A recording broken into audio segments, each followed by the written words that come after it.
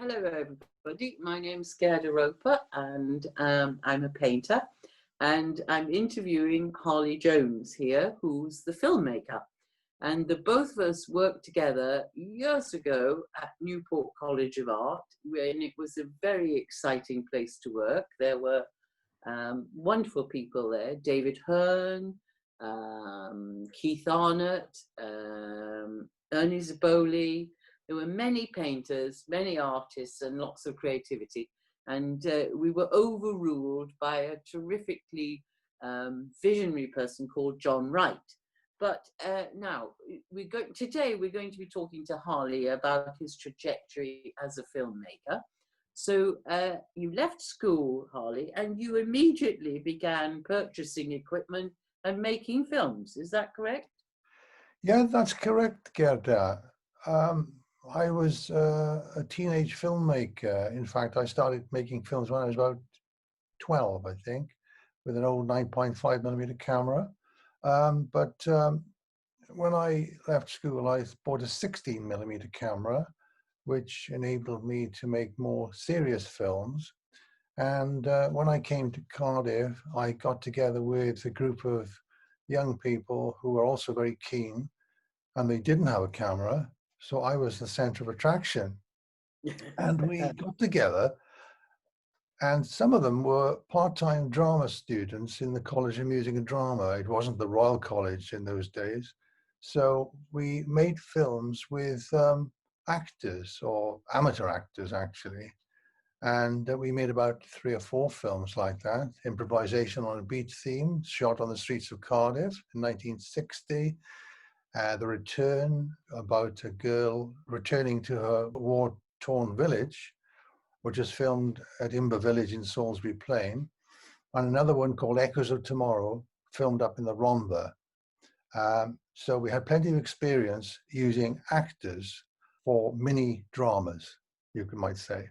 So while you were making these films, you were working for Welsh television? My first job was in Television Wales and the West, TWW as it was then called, and I was a cutting room assistant. And I used to edit news film there. And at that time, the technology was so primitive that we used to edit film in negative.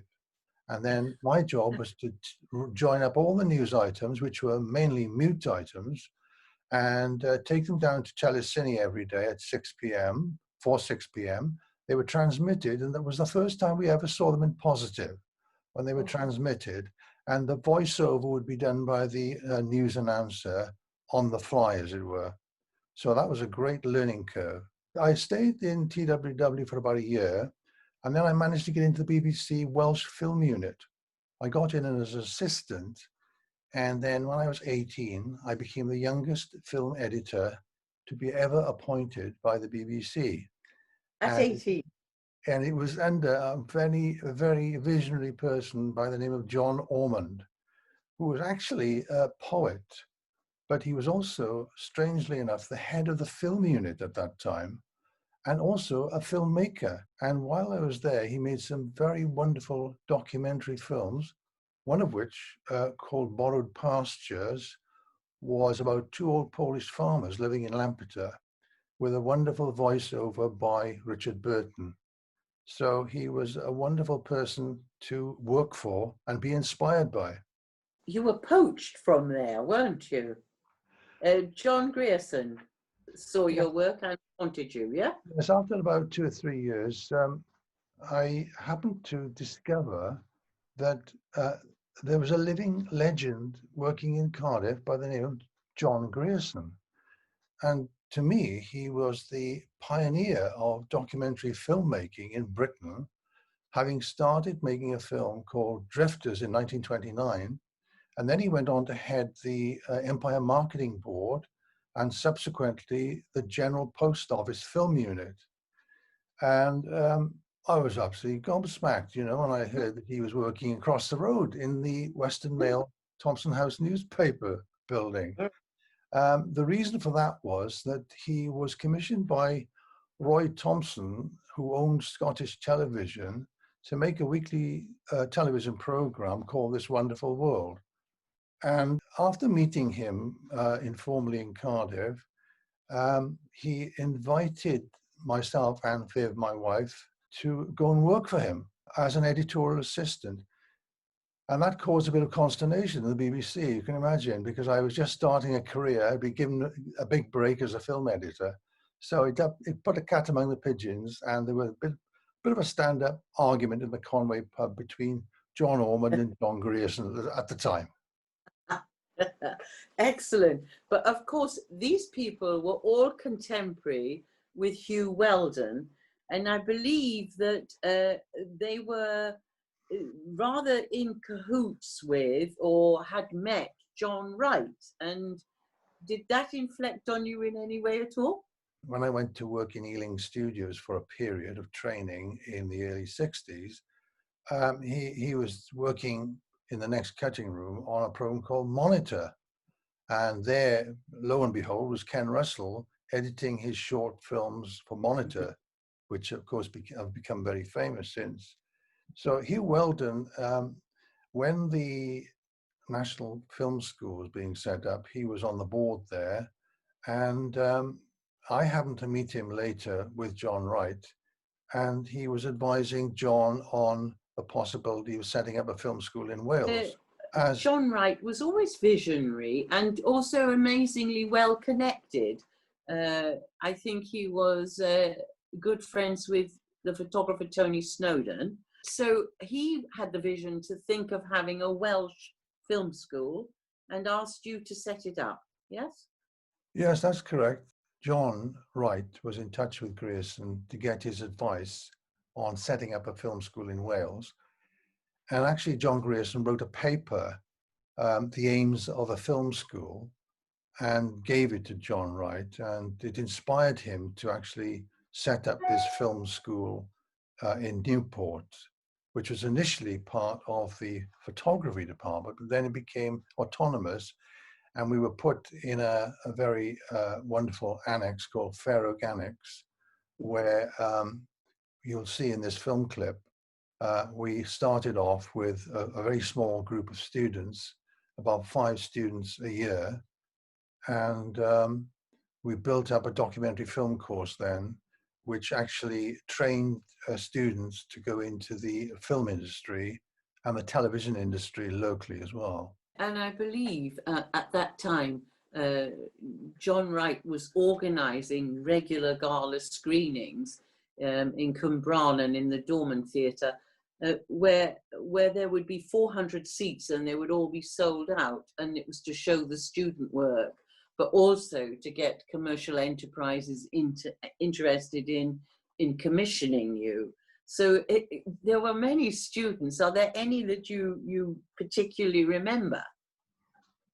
Yes, there were some star students to start with. There was Geoffrey Thomas, who went on to set up his own film company, and he made some interesting films, one of which was called Harry Tippin, which was subsequently bought by the Contemporary Art Society when Dale Owen was the buyer for the year in, I think, 1969. This life is only just a pathway to the next life.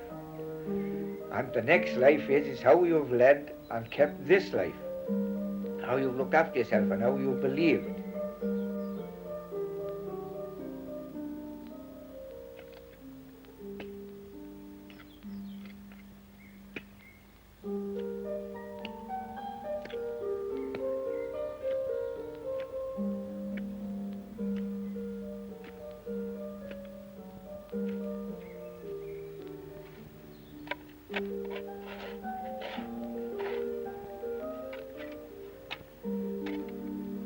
Other students included people like Graham Horder, who currently shoots wildlife films for television, Yola Williams, etc., and Richard Watkins, who was a Swansea-born documentary filmmaker who went on to make films such as Milford Fisherman, historic films documenting the passing of an era, really, you know, in Wales. Yeah. So yes, there were quite a few people who went on to careers as distinguished cameramen as well, like Robert Peyton, who shot most of Clive James's documentaries. So yes, there were quite a few talented people there in the early days. Yes, but you were also commissioned to do documentaries, and I believe you worked with the Health Authority with Professor Archie Cochrane at the time? To supplement our work, you know, because film was quite an expensive medium, and not all students could afford to pay for elaborate works out of their own pockets. So we supplemented our exercises with what we call sponsored films.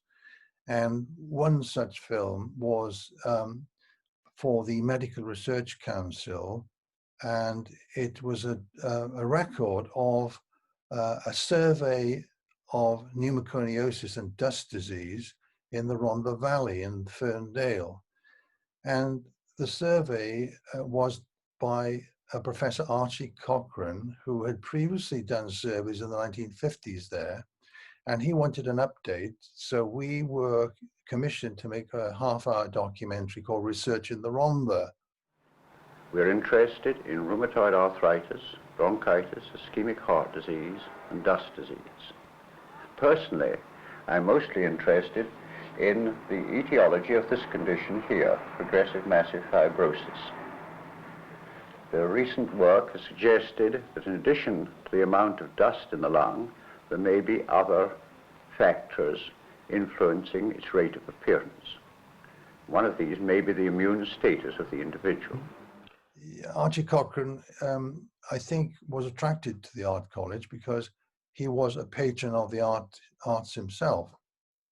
And he put his trust in us, and we came up with quite an interesting film which documented his work, pioneering work in the valley of Ferndale.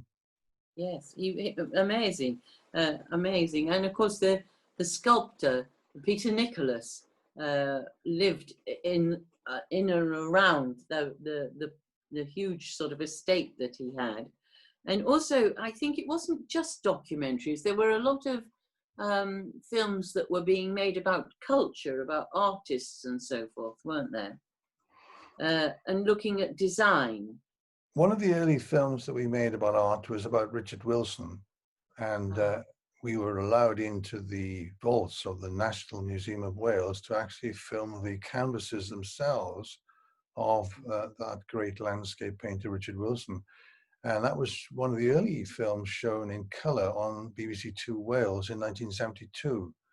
And we also made a film called Wales Designs, which John Wright was very keen about industrial design, because it was an area that was of particular interest to John. And anyway, we then went on to make a film called You and Your Health for Welsh Community Health Councils. And that film embraced animation as well, because animation was an important part of our work. Yes. So we complemented our documentary style with animation, and the person who set that up was Henry Luttman.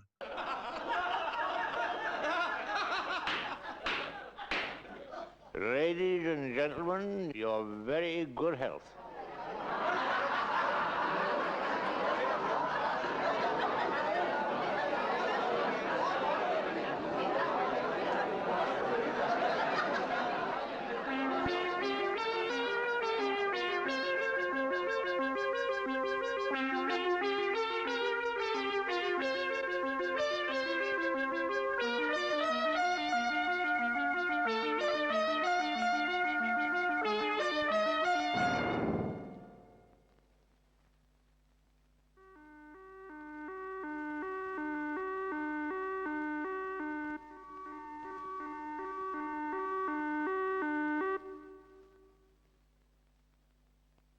Thank goodness for the National Health Service. But many of us don't really use it as a health service at all, merely as a sort of human body repair shop or service station. Did you know that out of every £1 spent by the government, over 10 pence goes on health and social services? In Wales alone, the health service costs every man, woman and child over £2 every week at 1978 prices. It would be interesting to know how much of that is spent on illnesses that we bring on ourselves. But also you're very modest about your own contribution, because you were making films all the time, including a really beautiful film called After Many a Summer, which was about Bute Town and Tiger Bay before it became the Bay. And I believe the Contemporary Art Society Wales purchased that, and I thought it was the first purchase of a film that they made. Well, I don't know which year it was, 68, 69? Yeah, I made After Many a Summer, which was made down in Cardiff docks with my old friend Chris Bellinger, who had a career in the BBC, but we still carried on making films together.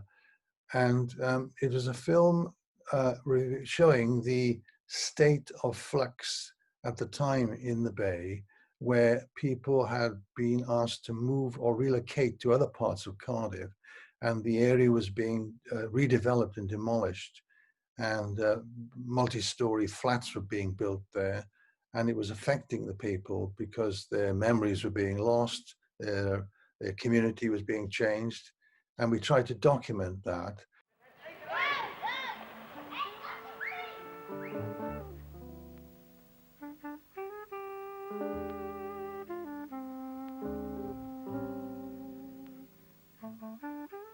Thought I can go back to is when I used to live in Angelina Street when I was just a kid.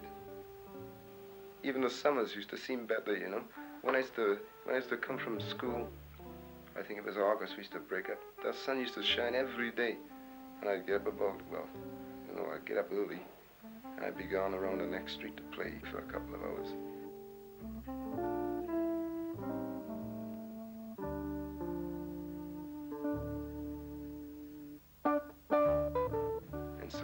Say, well, let's have a game of play touch and pass in the street.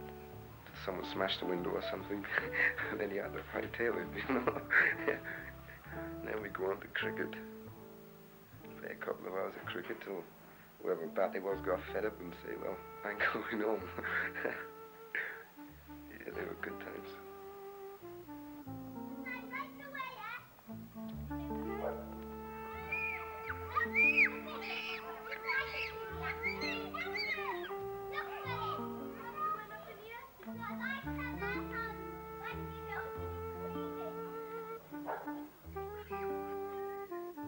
And through the days, I mean, even now I see the kids now, they don't do the things we used to do.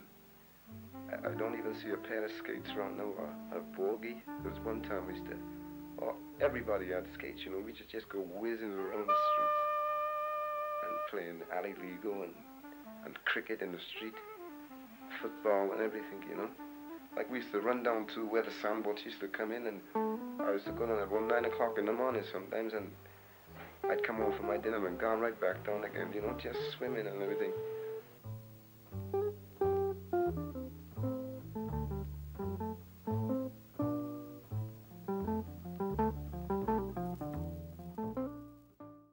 And as you say, Gerda, one of the purchases by Dale Owen, who made some purchases of films, was the film After Many a Summer, alongside Harry Tippin.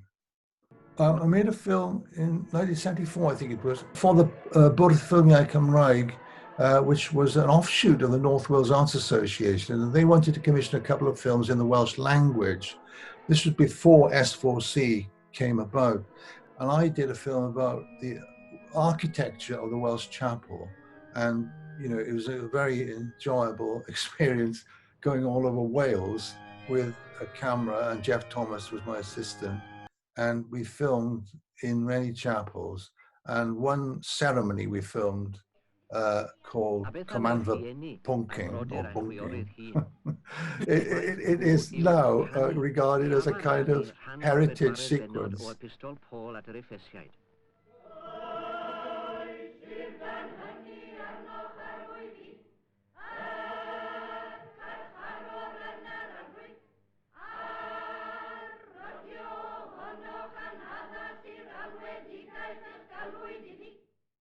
So you've really worked with other filmmakers, and do you think any particularly stood out? For example, you worked with Jack Howells.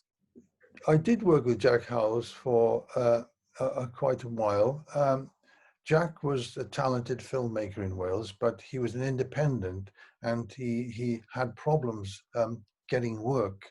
And he started off in the early 60s making a film called Dylan, about Dylan Thomas. And he made it out of his own pocket on 35mm. And I remember him coming to the BBC with the film in a string bag, and he was looking for funding to actually finish the film. And it was a beautiful film. It was beautiful black and white photography, again featuring Richard Burton sitting on a sandhill doing a piece to camera. And it went on to win a Hollywood Oscar for the best short subject, I think of 1961-62. And it was very quickly claimed then by TWW. Win Roberts showed it, and it has become a classic. But unfortunately, it's not easily seen or viewed these days because it is locked away in the vaults in the Aberystwyth Film Archive. And unfortunately, it's not widely shown or freely available, which is a shame, because I think it was the only Welsh film ever to have won an Oscar. Is that right? God. So now that what has happened to, I mean, the art school went to Carleon and then became part of a higher education institute. I don't know, what happened to the film school? Newport Film School, excuse me, I'll start again.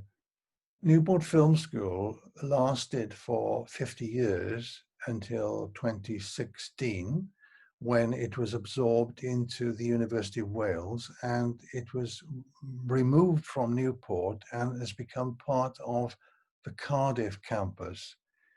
And it's still functioning as a film school, but not in the same way that it used to. So I've really lost touch with it now. With the coming of S4C in 1982, I left Newport College of Art and I went to work as an independent producer, making programs for S4C in the Welsh language and also corporate films for National Trust, Wales Tourist Board, etc. Many of my films are now preserved in the Wales Film Archive in Aberystwyth. Many are now available to view for free on BFI Player. And of course, film schools have altered. I can remember the edit machines were the size of small cars and all sorts of bits and pieces. But now everybody is using their phones, and digital filmmaking has really impacted on us, I suppose. But now that you're retired, are you still involved with making films? I do still make community films, mainly featuring local people and their stories. And I have actually established a transfer suite in my home here in Rubina, where I actually digitized films which I feel need to be preserved. I get great joy out of still handling film after, 60 years, actually in the business. This is good, isn't it? Rather frightening, but I'm lucky enough to be in good health and still able to handle film. And your favorite films in retrospect? Well, one of my great favorites was Morning in the Streets, which is still available now on BBC iPlayer, and it was a great influence on my style of filmmaking. It was a film made in Manchester and Liverpool, in that area, by Dennis Mitchell of the BBC in 1958-59. It was based on interviews with local people for a sound radio program. And then he went out with a camera, and it ended up a very touching look at poverty, really, in that period of time in the north of England. And it had a haunting score on the harmonica by Tommy Riley. But what is nice is it's still available on iPlayer. Was Boorman an influence on you as well? Yes, John Ormond, who's like myself, a senior citizen now. I mean, he started off in Bristol making documentary films about real people. And I admired the work when I first saw them transmitted in the 1960s. But then he went on to have a very distinguished career in feature films. So all in all, it's been a very active and exciting career, Harley, and you're still engaged with film. Yes, my wife and I set up a community cinema 5 years ago in North Cardiff, where we live, and Yeah. it's called Monaco Movies, and it's named after a cinema which was in this area called the Monaco. And we have great delight in showing a monthly film, feature film, and there's 8 of us running it, and it's been a great success. But it is something that we celebrate. The cinema in the community is so important, but it's a delight to be able to run films and show them on a big screen to an audience, an appreciative audience. And I hope it won't be too long before we can have a Welsh film festival somewhere in the region, Yes. Well, thank you very much for today. And I was delighted that your film was shown for the Contemporary Art Society Wales. And I hope that the members of the Contemporary Art Society Wales will enjoy this opportunity to hear you talk about your career. So thank you. Thank you, Gerda.